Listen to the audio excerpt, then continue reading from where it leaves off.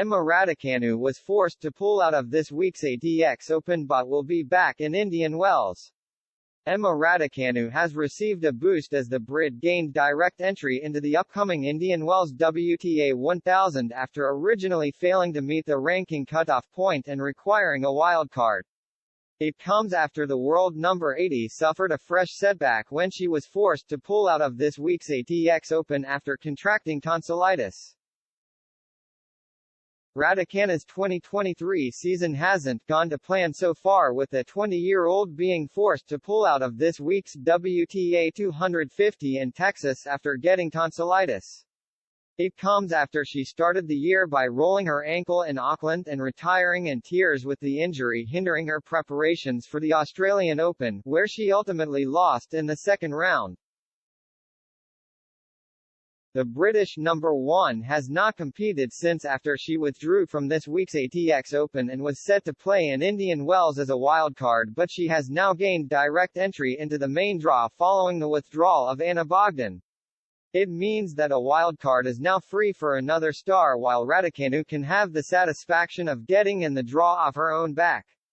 Having peaked at number 10 in the world less than a year ago, Raducanu's ranking took a tumble when she was unable to defend her historic U.S. Open title from 2021 and crashed out in the opening round in September. The top-ranked Brit has since shared her hopes to build her ranking back up and grind it out at the smaller events, but has had her plans derailed by injury and illness so far this year. After withdrawing from this week's inaugural event in Texas, the 20-year-old was expected to stay in America and travel to Indian Wells ahead of the first 1,000-point tournament of the season. "I am sorry to have to withdraw from the ATX Open," Raducanu said when pulling out of this week's tournament. "I am currently suffering from tonsillitis and am unable to compete this week. Thank you to the tournament and the great hospitality here in Austin."